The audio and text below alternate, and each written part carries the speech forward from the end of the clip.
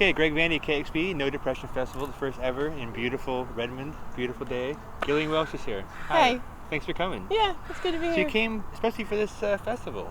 We did. Yeah. We haven't been on the road, aren't touring, but you know. Yeah. So you must be a fan of No Depression magazine and the website now, or?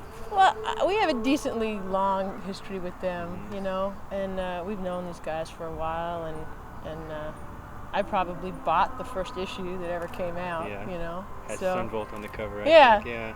So, you know. So, what are you going to play today? A bunch of our songs. Yeah, it's been a while since the last record came out. It's been a really long time, yeah. We actually just got done in the studio. If I'm a little loopy, it's because I'm still sort of catching up on sleep. We just finished my partner's first record, so there'll be a Dave Rawlings Machine record coming out.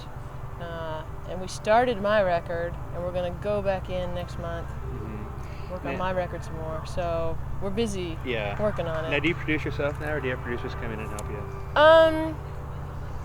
Ever since the Revelator record, David has been the producer. So I'm pretty much, you know, I help. I'm always there, but he's really the producer. So I've really only ever worked with T-Bone, Burnett, and then David. Right. And now you worked with T-Bone back before he was kind of so well known as he is now. Before I guess the movie. Is he more famous now? He's so busy now. He's doing everyone. But it seems like that was back in '96 with you. He was really famous to me then. Yeah, definitely was.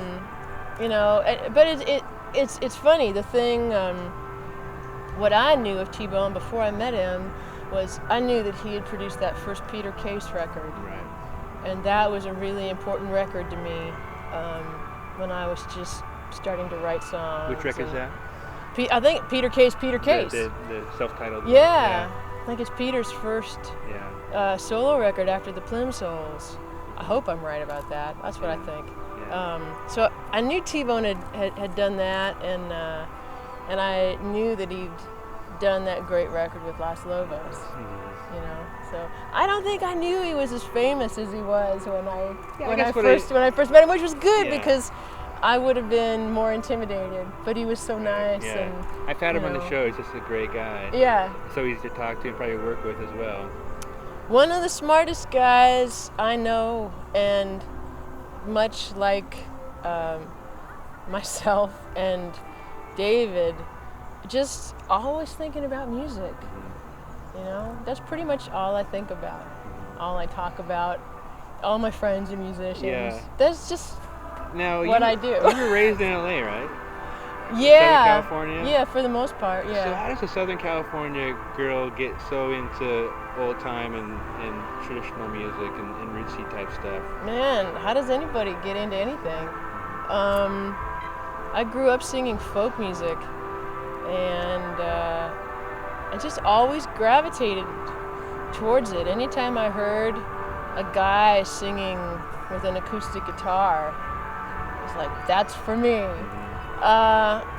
And when I kind of discovered old-time bluegrass and brother team music, that really, really cracked it open for me.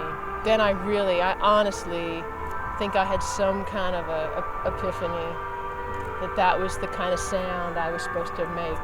That's what I was supposed to do. And that happened in college, like my freshman year in college. I heard the Stanley Brothers, and it was all over.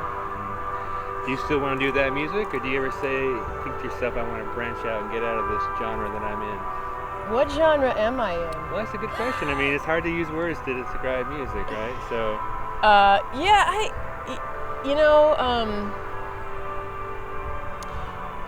I really like playing with other musicians, with drums and electric instruments and stuff, but to some degree that always feels kind of recreational to me. It's like, I don't know. But I just have this feeling like that's just for fun or something. I don't know. But what I really do is the music I make with David. It's just what I like doing. Just 2 acoustic guitars and 2 voices, and it's really, really tiny. But to me, it just feels really big. Yeah. And spacious. It messes with my whole framework of perception, and I enjoy that. Yeah. You know, I need to take my kicks where I can get them. So. Yeah. Was there one moment, one time when you two first clicked, when you first connected through music? Can you remember that? Was there a certain day? There was, yeah, because we'd known each other in college. We had both auditioned for this country band, and we both gotten in, and that's how we met.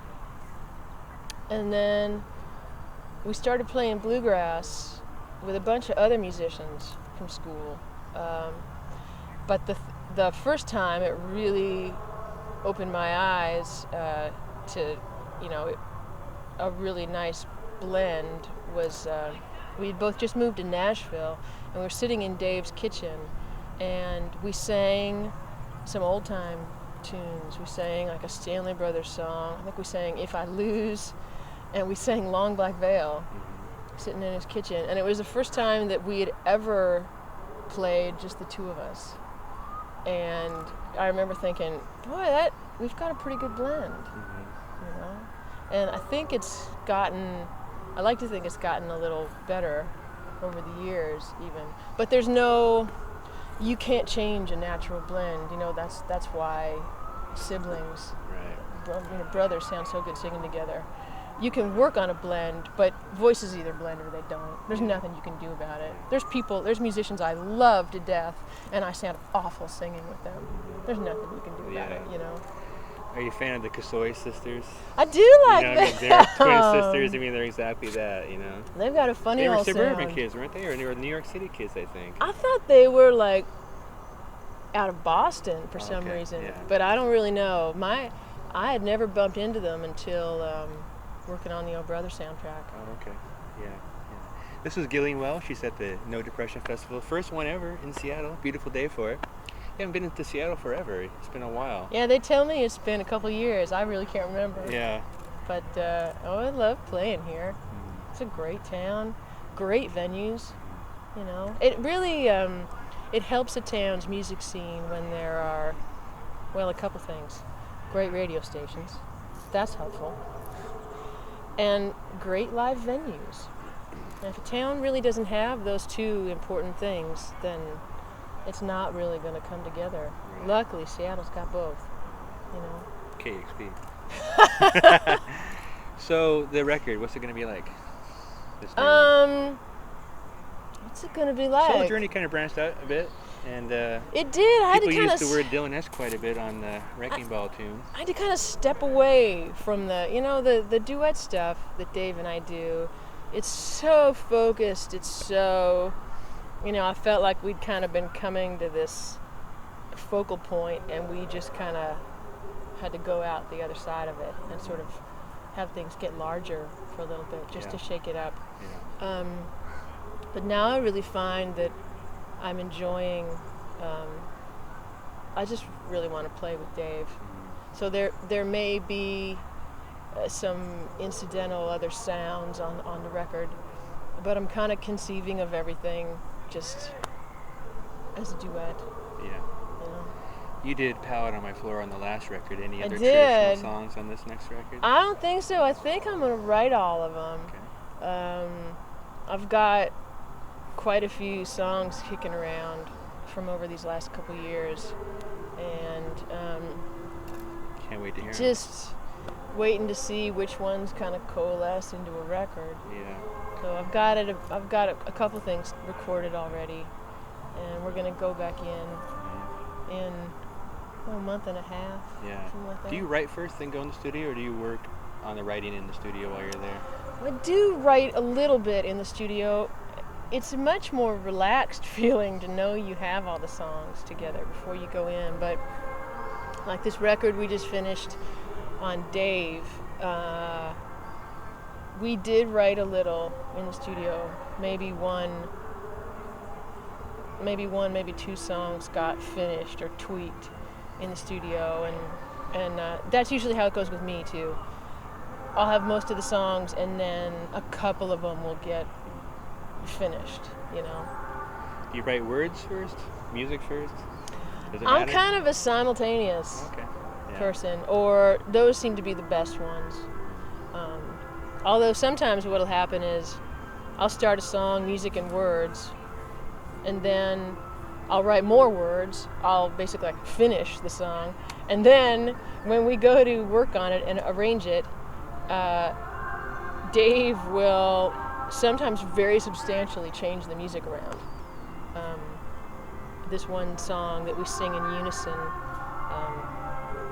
one of the newer songs, that's what happened with that. It got kind of gutted and reworked. Great. You know, which is fine. I kind of think we work on songs more than a lot of people. I'm pretty slow. You know, they take a while That's to. why they're so good. I don't know. Thanks for that. You know, I wish I was one of those people who could come home from a gig and write a song in the hotel room in half an hour. You know, but it's not really how it works with me. I can't wait to see the show. Gillian Welch is here, No Depression Festival. Anything you want to say at the No Depression readers and fans and your fans? It's nice to be back in Seattle. All right.